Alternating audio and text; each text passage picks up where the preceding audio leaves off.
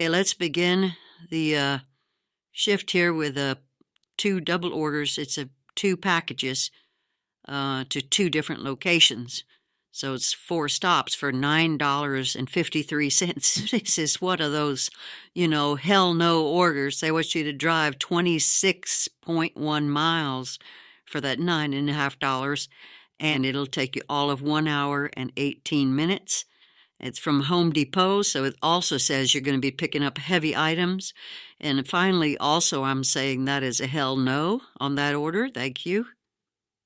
Okay, so now we transition into the DoorDash program from where I was at, $8.20 to go 5.4 miles. That's more reasonable. And just one customer and one restaurant from the local Lee's Kitchen, which is, I guess, Chinese food. There's always a bunch of people in there, usually 6, 7, 8 people waiting to pick up orders to go and everything. But I was the only one, so that got in and out efficiently, and that order went okay.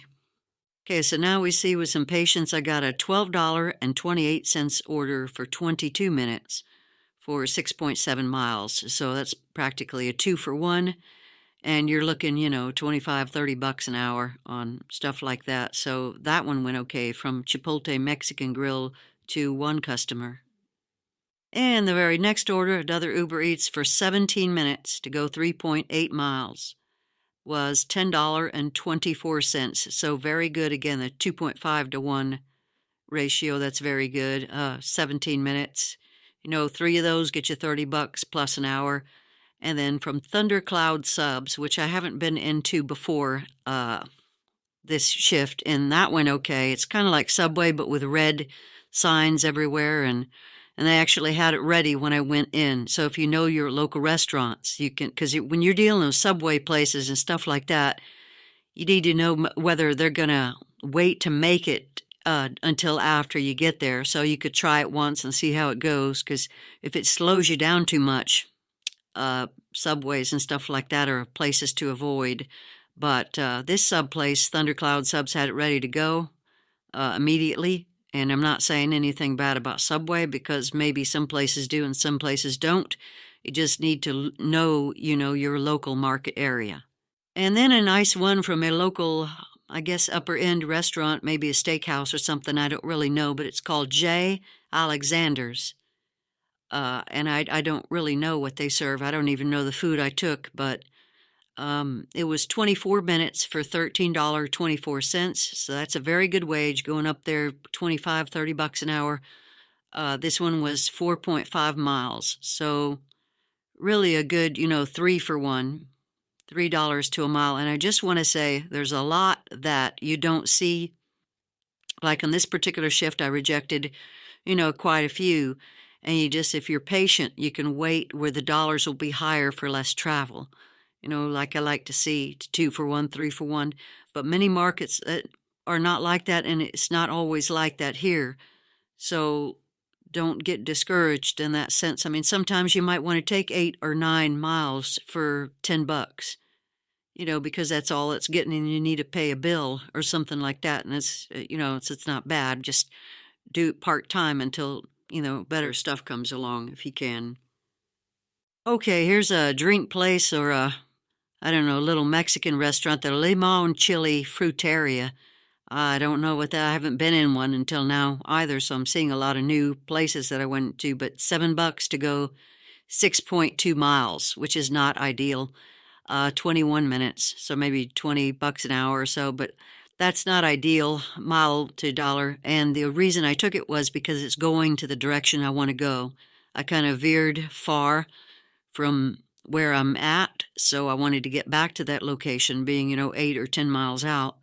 So I took the order back. Here's a nice one from Uber Eats, actually McDonald's, which usually doesn't pay that great, but here's a 3-for-1, $9.50 for 2.9 miles. That's a good one.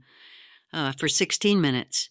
So a really strong wage, too, if you had 4 of those per hour, at $38 or so. But in any event, that one went okay, other than the streets being all messed up, and it's hard to see when it's dark sometimes, and you have 4 and 5 different directions at an intersection, but some of that junk, going on. Other than that, it went okay, I guess. Here's an okay order, 16 bucks for 10 miles. That's okay. 4 stops, but I kind of wanted to keep it going. I was making pretty good there, so just keep the flow going. 37 minutes. So, I mean, you're looking maybe at 24 an hour, all things being equal, if you were to continue that. It's not exactly a 2-for-1, but maybe, I don't know, $1.70 or something per mile, something like that, $1.60. So that's not bad. If anything, the ones that have the better ratios help bring that up. So you just need to always focus on, I need to travel less and make more money. So a car or truck or any vehicle you use doesn't get run down. So it's a primary and very basic tip for a delivery driver, especially that does this work, often or from time to time. Here's a DoorDash one that I actually passed on because it was getting late. It's a 2-for-1 though, $18.15 for 9 miles. So 4 stops, but I mean, they're not really that far off. The 2 restaurants are kind of close on the same street and then 2 residents. But I mean, that one I just passed by. I was going to Chili's Grill and Bar and the Cheesecake Factory, and I just decided I had had enough and I was nearing the end of the shift. But I mean, there's plenty more out there, so. Then I just ended with one more, just right before I quit, taking a lot less money, $4.50 for 12 minutes, but to go 1.1 miles. So it was right when ending the shift, real close to the neighborhood. So, yeah, I took that one, just a quick pickup from 7-Eleven, and that went okay. So, and then, I mean, that concluded the shift. So this was basically, a little bit over 4 hours, maybe 4 hours and a half shift, and it went okay. Okay, let's talk about that cancellation rate with Uber Eats. What they do is they look at the last 100 trips you've taken, and they look at the completed trips and the canceled trips. I have 95 taken and 5 canceled, so I have a 5% cancellation rate, which is okay because I haven't gotten a warning from them or anything. And what I did was go to ChatGPT and do a little digging because I wanted to be sure I'm in good standing without knowing any details. What's the acceptable percentage for Uber Eats cancel rate? And the AI is telling me there's no magic number for each city. Each market is different. And that cancellation rate is based on the last 100. So you get a quick calculation for that. And 5% or lower, which is I'm at 5% right now, is considered a good cancellation rate for many drivers and often tied to higher Uber Eats Pro status tiers in some markets.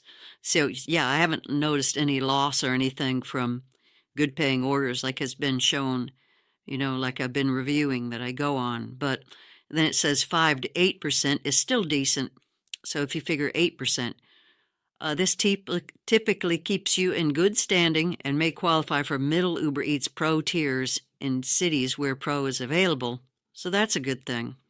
I want to make sure that I stay under 10%. I don't want to deal with being at 10%. So I want to be in the single digits of cancellations because at 10%, some drivers report warnings or reduced priority for high-paying offers once they exceed this level. And of course, I don't want to mess with that because I've been seeing, $2 per mile, $3 per mile quite frequently recently. So I still have to reject the lower payer ones, but, you want to keep that, if you can, like I said, if it's possible, below 10%. Now, even at 15 to 20%, and many areas are enforced strict cancellation policies and can lead to warnings, loss of access to certain order types, like tip-paying orders. Well, that would be bad. Or even deactivation if the high rate persists. So definitely you want to stay away from 15 to 20% levels. Okay, so if you think about reasons for canceling, one of the things for drivers is if a better order comes along on a different app like DoorDash or Grubhub or Walmart Spark or anything, you may want to cancel the order and take the better order just because. So, but I mean, if you have a if you have a low enough rate that's not going to hurt you, like well below 5% or near perfection, then by all means go ahead. but it's not a habit you should develop. You should develop more in making that platform stable in and of itself. Remember, a few bucks here or there is not going to make too much of a difference when it comes to not having an account at all. So just stay in safe zones for yourself is the main thing. Even within the Uber Eats apps on the cancellation, it asks you frequently for reason. Like I had to cancel one because the store was closed, right? It showed up and the store was closed the other day. And the dumb thing says this may affect and lead to your cancellation rates going real high. Are you sure you want to continue? Well, it shouldn't be saying that. It's just, that's very disconcerting for a driver. It shouldn't be threatening like that. If it's closed, it's closed. The app should be programmed, hello, duh, to say, okay, we understand that, and this won't count against you. Well, no, it didn't say that. So I had to log in later after the fact, and I discovered that it did not count against me because the restaurant was closed. But I do want to say use caution with that. How do you use caution? I don't know. It's not out of your hands, but use caution in the sense of not thinking that this market is the same as whatever market you're from. Just maybe notice your cancellation rate beforehand, and if you can remember it and then something bad happens like that, you can see if it went up any or not, and then you can call if there's a problem to get it all straightened out, which it takes more time and is really a junky way to handle things, but that's what they do. So other than restaurant closed, you could have a safety concern and you can cancel an order. That's legitimate too. And it'll give you the question for it, and then you could put in, I cancel because of safety. If that's just don't lie about it, anything, because they track stuff. But that's another reason. Of course, like I said, the app, different app being a higher paying order. So different reasons to cancel. But for me, I'm going to want to stay below 10%. And of course, I want to thank you for visiting and viewing or listening to the video here with the tips and ways to think about how to go about things. Hopefully this helps some. Things you may not think about maybe pop up when you're listening to some advice here from Dark Biscuits. And, we'll work on bringing some more content possibly. So thank you for stopping by again.